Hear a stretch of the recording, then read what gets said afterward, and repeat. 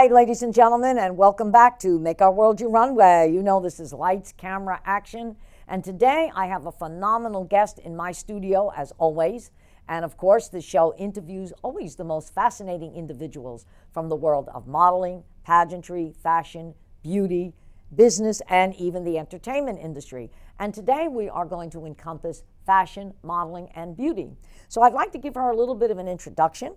Okay, she's the editor-in-chief of Fort Lauderdale Fashion Week magazine. She's also a book publisher, okay, and she does books for celebrities and experts in their field who are looking to take keynote stages or then mentor and leave legacy of their brand, work, and philanthropy. She's a branding and media expert, and she works with Netflix and Hulu. Ladies and gentlemen, please welcome to Make Our World Your Runway, the amazing LisaRaye. Thank you so much for having me. It's so wonderful to be here with you and your audience. Yes, absolutely. And we're so honored to have you. And we know that Fort Lauderdale Fashion Week is coming up and there's a big gala. So tell our viewers exactly what you're doing for that. It's really an incredible production that we're putting on. CBS is our main sponsor on this one. And so we have Naja Sherman coming in to host the event on the 11th. We are giving impact awards to those in our community who have really shown their best in the world of philanthropy, business, media, and fashion. And we're very excited. Miss Elise Held is going to be in attendance. She is a fashion stylist, is very well known in the circles of New York through Vogue magazine, and was really a best friend of Iris, who just passed away. Yes. One of the biggest fashion icons. Right. Oh my God. I mean, she was on the runway till almost 100 years old. Really I couldn't believe it. Yes. She really believed in inclusivity, as well as Fort Lauderdale Fashion Week believes in inclusivity. We work with local designers who have a global impact. And that's really what the Impact Awards are about. Sponsorship tables are still available. They're limited, and there's no general admittance into that. Exactly, and I think that's absolutely fantastic, okay? And I know now that Fort Lauderdale Fashion Week is in its 10th year. You know, this is really exciting to be able to highlight those in our community through media and philanthropy for 10 solid years. It's been incredible, the collaborations that we've had with Macy's, as well as the big market brands in fashion, as well as we support foundations and local business that feels global, just like yours.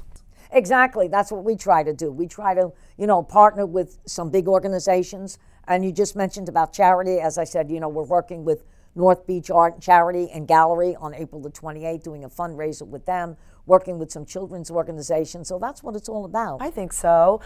Fort Lauderdale Fashion Week tries to partner often with our local Fort Lauderdale charities like the Dan Marino Foundation, the Jules Foundation. Julia Ashbourne is one of our Impact Award 2024 recipients for her work mentoring inside of Jules Foundation. Exactly. And one of the recipients, and I love her dearly, and we've had her on the show, Liz Costello. Don't we love Liz? Yes. She is just such a supporter of business. Her work with the Better Business Bureau inside of Fort Lauderdale, as well as giving local models their big shot on the runway. Yes. It's really what Fort Lauderdale Fashion Week is about. Exactly. And not only that, she's given several of my models a lot of big starts. As I say, she worked with 𝐏𝐚𝐠𝐞𝐬 Bariva, who's absolutely fantastic. She's worked with Melina Rodriguez, and she's dressed a lot of my girls for the pageant as well. Well, I met her originally when she was in the back house of Winterfest. Yes. And so she works a lot inside of those angles. And why I love Liz the most is because of her work that she does with her daughter's age group as well as the older models. Everybody is welcome onto her platform. She supports the realtors. She will collaborate with them into one of their large houses that they have on the market. Right. And the last time that you and I collaborated, your international pageantry was there representing at her event. It was amazing. Exactly, yeah. And that's how I met her, was actually through Winterfest. Isn't that incredible? Yeah, she's always done, the white party. She's always done the fashion show. Sometimes she's done things at the gala. So she's amazing. And another designer that I've worked with, that I know he's in the show, Tony Visions. Oh, Tony is fantastic. Tony is somebody who brings his A game every single time that he shows up on our runway. We have amazing designers like 𝐏𝐚𝐠𝐞𝐬. She will be dressing me for the entire week. She's great. As well as James 113. He is winning the Lifetime Achievement Award for Impact. His work has been seen in all of the big magazines and all over the world on Runway. So again, we have a global impact that comes in through Fort Lauderdale while supporting the local designers and fashion schools. Yeah, right, and that's very important because there's so many women. In fact, one of my teens, she's a model, okay? We just had her here on tour from India, Sandhya. But now she wants to get involved with behind the camera, but also designing. So that's very important. And just a few weeks ago, we had Mayor Trantellis on our show, and he is so supportive of Fort Lauderdale Fashion Week. Yeah, you know, I think there's room for everyone, and it's that collaboration that feels so good, right? We really are in a position to complete and not compete. That's the word, exactly, and not compete. And, you know, Tony Visions, he was just in a movie, it's called Rise of the Hustler. He did something with that. In fact, we had Christopher Lopez here, who was the director who produced that movie. We had him here about a month ago talking about his show, and that book was also based, the movie was also based off a bestseller called I Made It, But Then I Didn't Make It, and Tony Visions was in there. You know, it's incredible. It really takes a team, and we are kicking off Fort Lauderdale Fashion Week this Sunday at the W Hotel with our bloggers brunch. We love our bloggers. Yes. They are the ones that are giving the local media such hype and so much fun for everybody to come and take part of. Exactly. And then Media Day will be on Monday with CBS News with 𝐏𝐚𝐠𝐞𝐬. She's going to be coming in and doing some packaging with the CEO of Fort Lauderdale Fashion Week, Florentina West. Florentina, yeah, and Florentina was a major model in her day. Yes, she was, and the owner of VersaLux as well. Yes. She has expanded her brand into Kids Fashion Week and Swim Week. Yes, she does that. I know Kids Fashion Week, I love that. She has expanded that brand, yeah. We had a couple of, some of our Little Miss International Worlds in that show, and that was absolutely amazing. And I believe she came out of Wilhelmina Modeling Agency in New York. You know, Florentina is originally from Spain, and so she made her way into the United States like we all do at some point in our life, right? That's why we love the United States. Everybody seems to be welcome. But she has taken these ideas in this European way and really made it so tangible for those who want to be able to excel, whether it's her makeup artist, the photographers, the videographers, supporting the bloggers, and then bringing in the big components like CBS. Exactly, and that's what you need to do. We, at the pageant last year, we brought in TLC. In fact, we just found out that that particular part that they filmed at the pageant, because they had put one of the girls in there, from the 90 Day Fiancé, that is about to hit next week. And I said, uh-oh, there goes my phone. It's going to break it wide open. So, yeah, I mean, you have to collaborate with the media. I absolutely agree. You know, I held title in 2019 as Miss Florida, and I went to California and I won the U.S. National Championship with that. And so I won on speech. My speech was about sustainability. And I was working with the team from Tony Robbins, and they really supported that movement. And so now I see containers going up into Wynwood, and I see containers going up into areas where we're really supporting our veterans. Everybody deserves a home. So for me, that was something that I really felt passionate about, which is why I love pageantry. You are giving these women a stage to be able to support 501c3s. Exactly, and that is one of the things that I've said on my show repeatedly, and in fact, I'm doing a podcast on April the 15th, and that is one thing that I'm glad you brought that up. I always tell my viewers, there are so many people out there that get very misconstrued about what pageantry is all about. They think it's just girls parading around in gowns, or activewear or swimwear, but they don't realize that these women really do get involved with community service. Absolutely. Okay. You know, these are women that are the face of the American Red Cross, and they're working in health and science, and they are working in the world of tech. These are very smart women who want to be able to be seen on an international platform so that their message is accelerated. That's right. In fact, our reigning Miss International World, 𝐏𝐚𝐠𝐞𝐬, she is a United States veteran. Okay, she was in the Air Force. She was the youngest journalist to the Pentagon and just wrote a book, which seems to be a bestseller right now, called No Longer Silent. You know, it's funny that you bring up writing books. It's really my passion. I am the editor-in-chief of Fort Lauderdale Fashion Week, but for the last 20 years, I've been a brand and marketing builder here in South Florida as well as LA. And so I really decided during the pandemic to focus in and niche down on writing legacy books. A lot of my clients are between the ages of 55 and 75, and they're experts in their fields, and they want to be built to large stages with Les Brown and Tony Robbins. And that's what I do. I come in and I am able to pull apart the 3 top areas of your life, and we are able to write the tone and the texture and the format. I'm a ghostwriter. I love a good collaboration. I am releasing a book through the Navy SEAL program that will be released in August. It's called Moy Bell, The Only Easy Day Was Yesterday, for Terry Mother Moy. He built the SEAL team with President Kennedy. And he is, I'm telling you, an American hero. And so I derive so much pleasure out of the research. And I love what I do. So this is really how it is I navigate forward in my life. Yeah, no, and that's absolutely wonderful. I mean, some of the things that you're doing there, again, you're still doing things within the community, and that's what I call community service.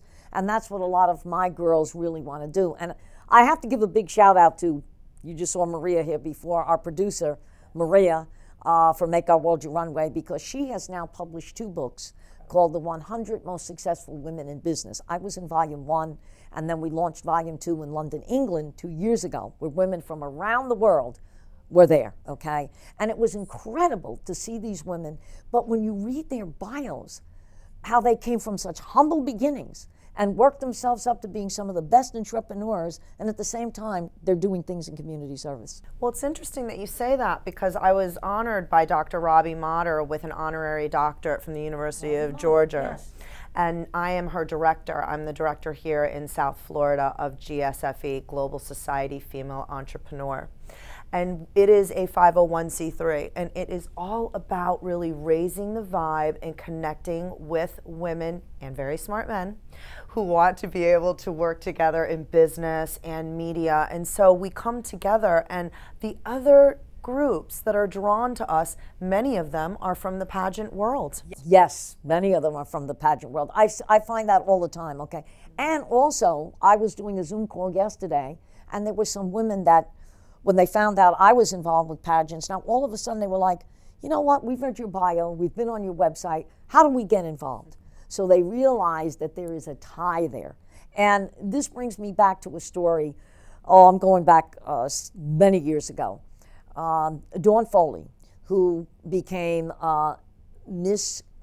she was Mrs. United States Globe, okay, Mrs. US Globe.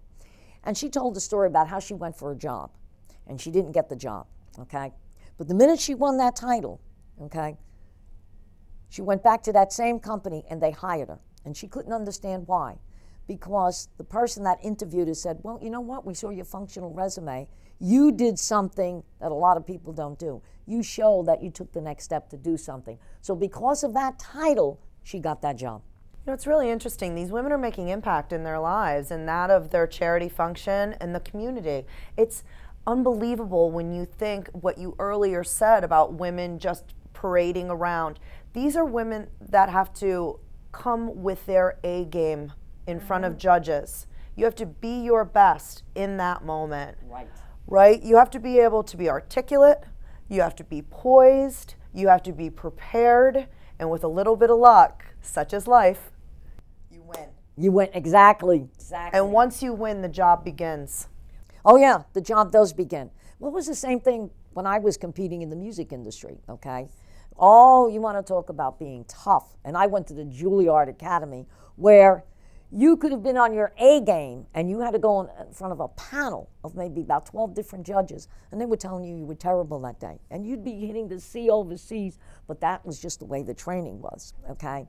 And I remember one time going to an audition for Disney, and I scored very high, and the producer said, well, we're just not what you're looking for today. And I couldn't understand that because I followed all the specifics that they wanted. So I went outside, and a very good friend of mine said, listen, they're doing auditions today, he says, for understudies for Phantom of the Opera. I said, I've had it, I'm going home. He says, I got a feeling about this. Don't go home, go there. So I went there. And I did a few bars of All I Ask of You. You know, they ask you to do just 16 bars, so I did. By the time I got home, they were calling me and saying, you are now one of the understudies for Phantom of the Opera.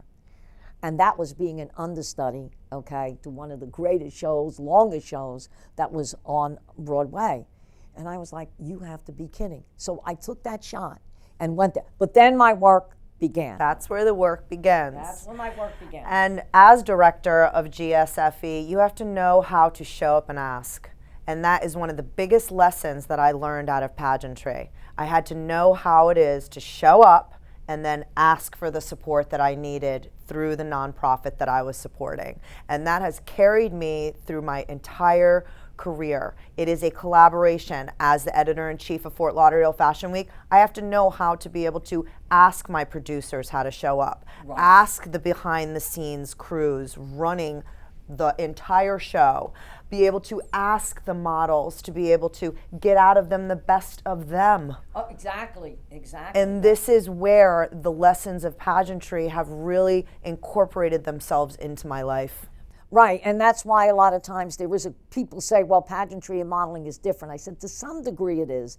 I said, but you can incorporate it. Absolutely. I said, you know, there's a model's walk, there's a pageant walk. I said, but girls that have been in pageants, I find do very well in the fashion industry, okay? Sometimes it's not always vice versa, okay? Sure. That crossover from the model trying to go to pageantry because it's a different mindset. But a girl that's done a pageant can definitely cross over into the world of I think that women in pageantry are a trifecta. There's somebody in life that really you see as CEOs and CFOs, entrepreneurs who are out there never giving up, understanding the work that it takes to be super successful while bringing along a community.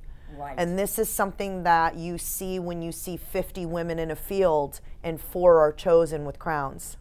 Exactly. And I always tell all my girls when they go out to compete, I mean, we give away about 7 titles in my organization. But I do tell them, I said, look, you're all winners. You all get that crown and banner on. If you don't win one of those 7 titles, don't think this is the end. Go out there, and because even the girls that win, I tell my winner, that title is for life. And we don't put years on the banner, which I learned from Tracy Kemble, the Mrs. Globe Association. I learned that from her. Because if Miss International World, let's say, is sick, and we've got something going on, I can call up the next girl and say, do you want to come out and make that appearance? Like our current reigning Miss International World lives in D.C. I cannot always get her here. So now I have the former queen that can actually come out and make an appearance, okay? Yes. Or like 𝐏𝐚𝐠𝐞𝐬 still lives here. There's times where I've used 𝐏𝐚𝐠𝐞𝐬 and said, 𝐏𝐚𝐠𝐞𝐬, look, we've got a show coming up. So-and-so can't make it. Could you come out? Oh, she's still got a crown and sash. So that is the reason why we don't put years on those banners, because I tell them, you've got that title is for life. And you know what? That has worked for us. That formula has worked. And like I said, the same thing when I went to that audition with Phantom of the Opera. When they had the tour coming up, the East Coast tour, Sarah Brightman had done it for so many years. She was 5 years with matinees. She didn't want to do it. You know who got the tour? Me. Incredible. Yeah. So incredible. Hard work pays off. It does. Determination and understanding, again, how to show up and ask. This will always move you through. Exactly. It will always move you through. And I always tell that to all my viewers. You have to set your goals, but you have to be persistent. Okay? It's like when you sign with any agency, whether it's an entertainment industry or a modeling industry. Yes, they're going to have your pictures, they're going to have your bio, but I always would call up and say, anything new coming up? Because sometimes something comes up that they haven't even advertised yet. So you get the jump on it. And when they see you've got that kind of gumption, they're going to work with you more than just you sitting around and doing nothing. It's interesting, too, because the visibility that pageantry gives you is the ones that don't leave maybe with the crown that day, their visibility has risen, and so they're invited into other people's platforms as ambassadors of the brand. There's never a reason to not show up. Exactly. And show up as your best self. Yeah. Yes, it is. It is your best self. Well, ladies and gentlemen, we're going to take a short break, and we will be coming back very shortly with the great Lisa Ray. Thank you.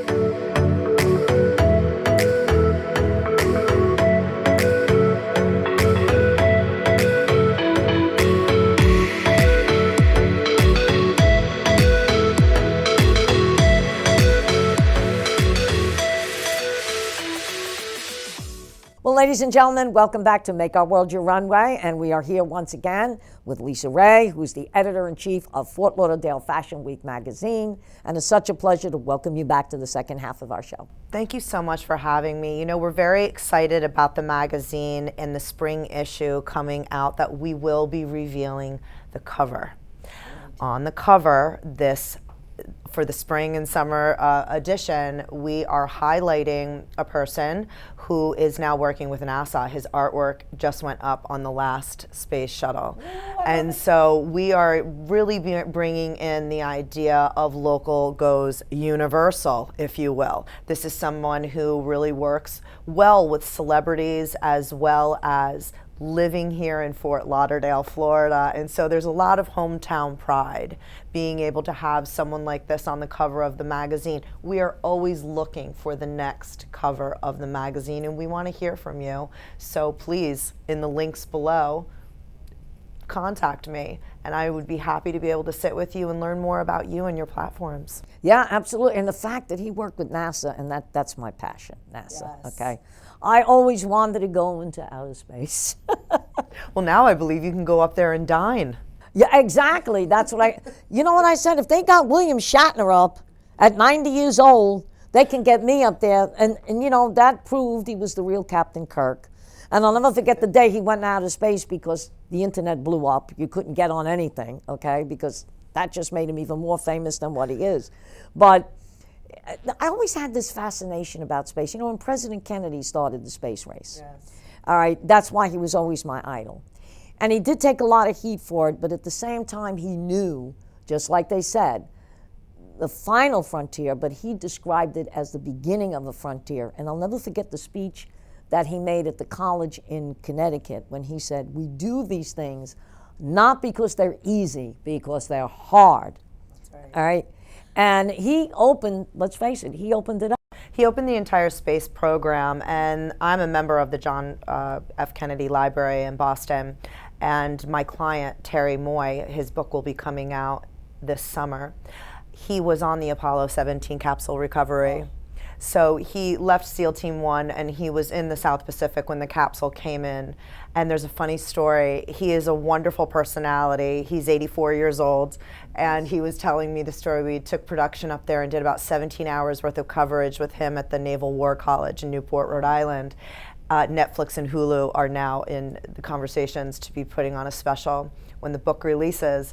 And he said that when he jumped from the helicopter, on him, he had a bottle of champagne. Oh, wow. And so when he lifted the capsule, he gave them all a swig, and they all tested positive for alcohol coming home from space. It's one of my favorite stories because it's unexpected. It is, And it really yes. shows the way that you can remain authentic to who you are while you're doing unbelievable things, not just for yourself and your community, but for this country as well. Exactly. Oh, I love that story. That's great. You can still be true to yourself and still, well, you know, that was like last year when I heard a story about there was an astronaut in the space station, got a blood clot in his leg. And from down here to up there, they cured it. And I said, look at the technology that we have today. You can be up there and they're curing things from down here. So it is amazing. And you know what I didn't know, because I'm always trying to do studies on outer space, the CAT scan and the MRI were actually developed up there. Really, it's incredible. You know, we have designers that have tech in the clothing. As we know, they're already giving projections of how humans will look generations from now because of this texting that we all do. Our designers are starting to integrate tech into the runway. Yes, they're doing that. Headpieces, jewelry that are cameras, microphones that originate off of your hand but that are integrated. So to be able to be behind the scenes and to see the way that they're dressing the models before they go out on runway, it's incredible to think that we're all going to be walking around with this tech not so far off. No, it's not so far off. You walk into BJ's or you walk into Costco, they got these robots now going up and down the aisle. I walk in, the robot says, hi. I said, wait a minute, that's talking to me? Yeah, hi. Are you looking for something? I'm looking at the state, I'm going, okay. Now my mother gets totally, well, I have to understand. My mother's going to be 94 years old. She's from the old school. She can't thank you. She can't understand the robot. She goes, you like those things? I said, Ma, what year are we in? Is this 2024? Incredible. I said, before you know it, you're going to be able to sit in a car and say, take me such a place. And my husband was telling me that, the new cars now, the ones coming out for 2025, he said, Angela, don't laugh. You're going to talk to it and the door's going to open up. In California, they're already doing carless Uber. Yes. Driverless Uber. You get in the car, there's nobody driving you. You've plugged it in, it drives you to where you go. They're doing that in Finland. They've been doing that for a year now. The car drives you wherever you want to go. I said, I said to my husband, are you kidding? He said, again. He said, what year are you living in? I said, no, you're right. I said, in 2025, it's going to be more advanced, okay? Even the electric cars, they're trying to make it where it recharges itself. Yes. You don't even have to charge it up. I said, boy, this technology is really... It's amazing how all of these elements play together, whether it's fashion and media, philanthropy, being able to see the larger scope, using AI to be able to create production as well as to be able to produce. I will always love the human element. I believe that individuality is spoken through the relationships that we create with one another, and I do not think that can be replicated by tech. No. I think it's an excellent tool, but I would love to be able to see the focus then shift on how that tool is used by humans. Exactly, yeah, you can never, I always say, you still have to have the human side of it, okay? That's one thing I totally believe in. But the side of the technology I do believe is what they are doing in the medical field. Incredible. Like going back to 2015, if you would have seen the way I walked, okay, I had broken my left hip, okay, and I was like 3.5 inches gated. The new hips that they come out with, okay, I mean, if you look at me now, you'd never know I had a hip operation, okay, and they actually stretched me so I'm a little taller, which I loved about that, but the new hip, actually, this is something that, it does happen in the medical field, and I'm like one of the, I don't know how many millions. I tend to grow bones. I grew a bone over this hip that the last CAT scan I had, even the tech said to me, you had a hip operation? I said, yes. He said, when? I said, 2015. He said, you can't see it. He said, because you actually grew a bone over that hip. He said, well, I believe you can do anything. I have seen you work. I have seen what it is you can produce. And I believe that you can do anything. Wow. I truly do. And you know, when we're talking about tech integrating into our events that we put on, even the way that they're producing now, 𝐏𝐚𝐠𝐞𝐬 Sherman is coming and going on live through CBS Miami on the red carpet at the gala, which is very exciting. She'll be doing live coverage there during her show, and they're beaming to satellites, and it's in real time. Yes. So for us to be able to take this tech and be able to build our events and be able to highlight our celebrity as well as our charity, our speakers, the models, pageantry, for more of a global scale. We saw this during the pandemic through Zoom. Nobody lost their step. I didn't lose my step. I kept connecting with my clients. I'm a writer. So for me, Zoom was fantastic. Exactly. We were able to schedule appointments, and on my website, authorlisaray.com, you were able to log into a Zoom with me where we whiteboard your brand, and I do digital audits with you. We decide where your marketing is, where your branding is, where your strengths are, and where it is we can work together to make that a little bit stronger for you. Exactly. And you know, all right, the pandemic may have done one thing on the health side, but on the other side, it did bring creativity. It did. Okay? I mean, I didn't lose a step. I was doing a lot of Zoom calls, which was great for me. I had 5 billboards going up in New York City during the pandemic through, believe it or not, digital. Yes. Okay, online magazines. So I didn't lose a step. So when everything was opening back up, and I was able to get my pageant back out there, okay, we were able to get back up on ship, and then the rest was history. But I did not lose a step. No, I was going back and forth to LA. At that time, I was the editor-in-chief of Woman of Achievement magazine, which is a pageant through Marlena Martin out in California. And we were able to continue to raise money for charity. And that was the biggest component to me. I attach a 501c3 to every single thing that I do. You need to do that, Even with Terry's book coming out in August, we're giving back to the Seal Legacy Foundation, where no man is left behind. And now they're doing an installation inside the museums for what it is, and the book will be carried there as well. So we're very excited for Terry, as well as everybody that's been involved. Jesse Ventura graduated underneath him. He'll be contributing to the book. And so being able to repurpose and to re-show the work of others who have already come before us Right. is really what inspires me as a ghostwriter and a publisher. We did this with the pageant last year. We partner with Pageant Planet, where we do the People's Choice Awards. And it's $1 a vote. We put their pictures up there. I couldn't believe my ladies last year raised over $14,000. And we were able to give money to like Boys and Girls Club, St. Jude's. We were able to, global warming, we gave money for that. So I agree, if you attach it to a 501c, okay, like this fundraiser we're doing, it's not only going for scholarships for the pageant, there's a women's empowerment retreat, and also for the North Beach Art Gallery, they're also North Beach Art and Charity that is sponsoring up-and-coming artists to keep that part going. So I think that's going to be very successful for us as well. Well, I'm so proud to be here today working with you again. Here we go into the season. Yes, here we go into the season. So in alignment with you in our charity efforts. Well, thank you so much for taking your time out. I know you've got a very busy schedule coming up for being on Make Our World Your Runway. This won't be the last time. We will have you back again. And ladies and gentlemen, if you are in town next week, you can go online, Fort Lauderdale Fashion Week. If there's any tickets available, please buy a ticket. You will not be sorry. I'm hoping that we're going to be able to see the gala. I'm sure there will be some excerpts online. Okay, that's going to be an amazing event that is not open to the public. You either have to buy a ticket. There are some sponsorship tables left, I believe.